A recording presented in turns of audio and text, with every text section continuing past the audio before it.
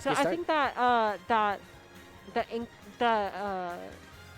a lot of Duubos' Bayonetta matchup experience is versus Cereza, and he's a very, very patient and calculated player. Absolutely. And then there's TrueDingus, who kind of just holds forward. Yeah. they're two very different play styles, and we're gonna have to see how Duubos deals with it. If they're gonna deal with it better or worse. I feel like Duubos is gonna do really well, because, you know, when I played against Duubos, I felt a lot of adaptation. Like the adaptation that Duubos brought to the table, like, and I brought differing play styles to the table. It was right there with it. So, yeah, they were right there with it. I was like, wow. So I'm curious to see how Duubos will adapt in a Game 2 environment, and in the case that Dingus wins. Yeah, absolutely. They are incredibly adaptive. So I could definitely see the set going in their favor, but I don't know. Like they might try to stick to their guns with what they know versus Cereza.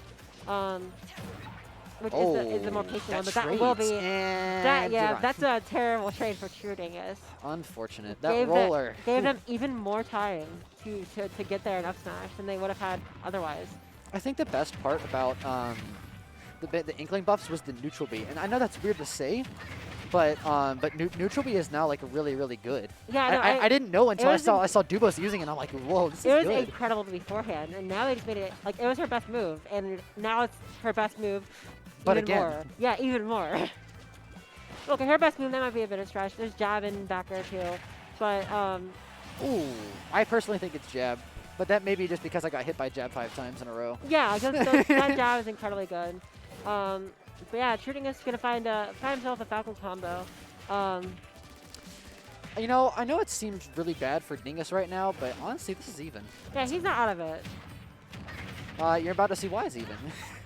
You're about to find out why. These combos that Dingus brings to the table. Damage. Duubos is SDIing. Wow, that is some really good SDI. They are doing incredible with the SDI right now. Ooh, like I said, now it's even. Yeah, absolutely. Bayonetta just does that sometimes to you. And now it's Inkling does that sometimes to you too. Yeah, they just had a nice dash back with the. Oh, that was almost really good.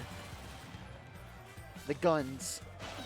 Bring the guns. One of the weaknesses of Inkling definitely is the lingering hitboxes when you're trying to edge guard her.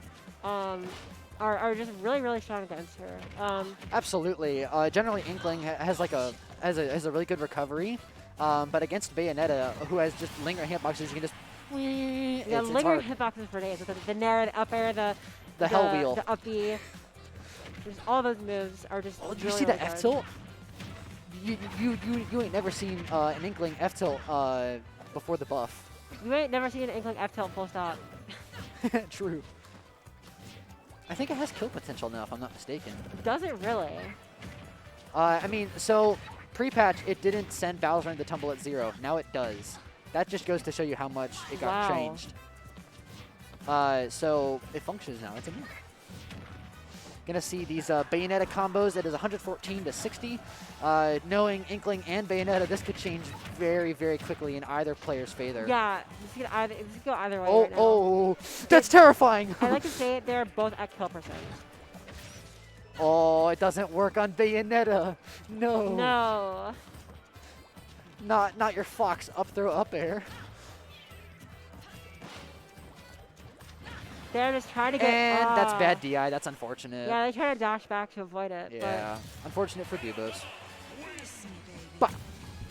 Miss me, baby. That was too good. I love doing the Bayonetta voice lines. If you need to learn how to talk to a lady, ask your mum. That's a really good accent.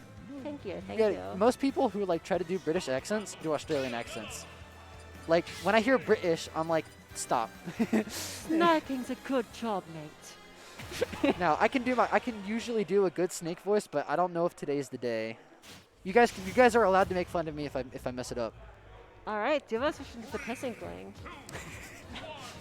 This is the adaptation Inkling. This is their adaptation. This is the game for MPLA. When they feel the Inkling. pressure, they pull out the piss Inkling. It's just mentally damaging to see your character covered in yellow. Yeah, like I unironically, I do think that's probably why they pull it out. It's probably just because like it feels insulting, like to become SpongeBob for a minute. That is some crazy movement from Dingus. I love it. I feel like Dingus uses Bayonetta's movement a little better than Cereza, but I feel like Cereza's neutral is generally better. And yeah, that's like kind of just like he's very patient. TrueDingus holds forward a lot, but it pays off for both of them, of course. And TrueDingus did have to defeat Cereza to get here. Oh, that was such a good SDI from Duubos. So at least in the Ditto, I believe it is better to be the more aggressive Bayonetta. But In the Ditto, I believe so. But I don't think that's true for most other matchups. yeah, for a lot of matchups it isn't. And I wouldn't feel like it would work for the Inkling matchup, but it depends because TrueDingus is making it work. Inkling is one of those characters where it doesn't truly matter what play style you bring to Inkling. It's more, can you outplay the Inkling in that moment? And I think that's what makes Inkling such a good character.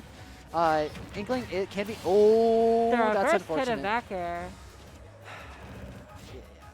That's just free pressure. That neutral B, it's crazy. Oh! Goes even. I haven't seen that one since Smash 4.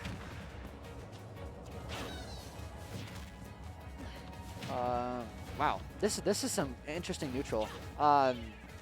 Dingus is playing. Oh, the witch time.